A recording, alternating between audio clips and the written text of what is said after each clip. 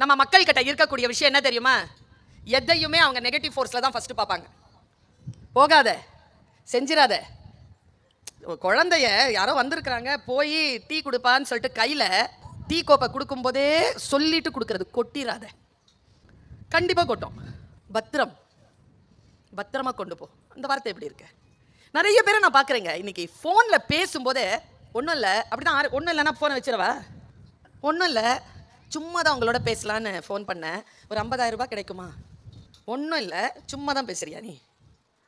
இன்னொரு வார்த்தை இருக்கு, அது வார்த்தை இன்னிலேருந்து நான் சொல்கிறேன், இந்த வளாகத்திலேருந்து போகும்போதே பர்வீன் சுல்தானா பேச்சை கேட்டிங்கன்னா ஏதாவது ஒரு சின்ன மாற்றமாவது வர வேண்டாமா? இன்னிலேருந்து இந்த வார்த்தையை நீங்கள் யாரும் சொல்ல மாட்டீங்க.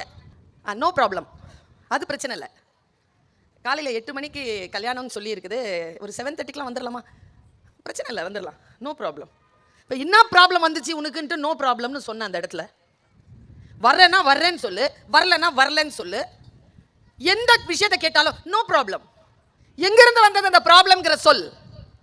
நீங்கள் எந்த சொல்லை அடிக்கடி சொல்லுகிறீர்களோ அந்த சொல் உங்களுடைய வாழ்க்கையில் சுற்றி கொண்டே இருக்கும். அதனால் பெற்றோர்களே, நல்ல வார்த்தைகளை குழந்தைகளிடத்தில் பேசுங்கள், பாசிட்டிவான வார்த்தைகளை குழந்தைகளிடத்தில் பேசுங்கள். மாற்றம் நிகழ்கிறதா இல்லையா என்று பாருங்கள். ஏனென்றால் சொல்தான் பிரேயர்.